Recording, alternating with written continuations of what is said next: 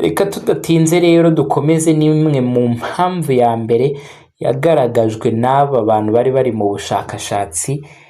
Impamvu ya mbere yagaragajwe ni ukuba barabuze icyitwa lack of commitment, kunanirwa kwiyemeza gukemura ibibazo biri mu rushako cyangwa se byabasangaga mu rushako.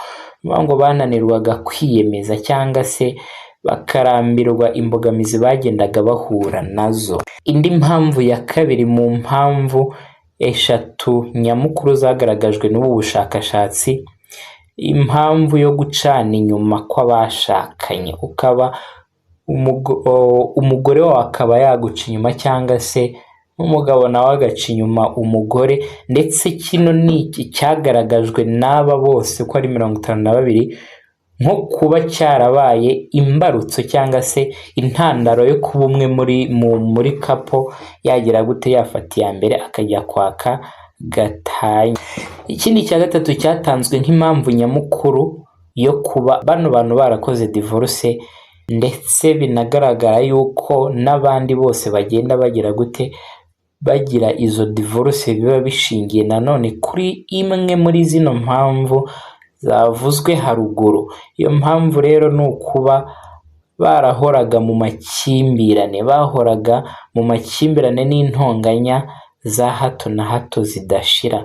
Ibyo nabyo bikaba byarabaga impamvu yo kuba barakoze divorce. Muri make ni ukuvuga ngo bagiye batangaza impamvu zigiye zitandukanye zigera mu mpamvu 10 tuzagenda tugarukaho imwe kuri imwe, ariko uyu munsi twahereye kuri 3 z'ibanze zagaragajwe na buno bushakashatsi. Rero nk'uko nabibasezeranyije tugiye kurebera hamwe ese ni gute zino mpamvu 3 zihuzwa n'ahahise bano bantu bashobora kuba baragiye bacamo, bityo bakazikurana bakakorana ibyo bibazo bikaba byarateye izi mpamvu zindi zabateye kuba bagira divorce.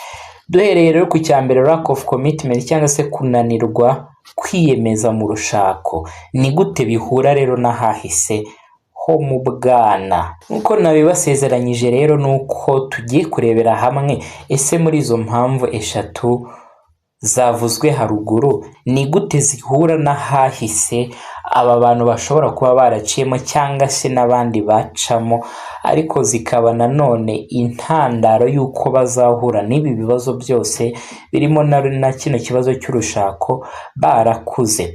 Ubundi bushakashatsi bwakozwe n'ubundi muri Amerika bwagaragaje ko abantu 63.9% by'abantu bakuru batuye muri Amerika byagaragaye yuko abo ngabo bagiye batanga amakuru yuko bagiye bahura n'ibyago cyangwa se n'ibihe bitababereye byiza byatumye amarangamutima yabo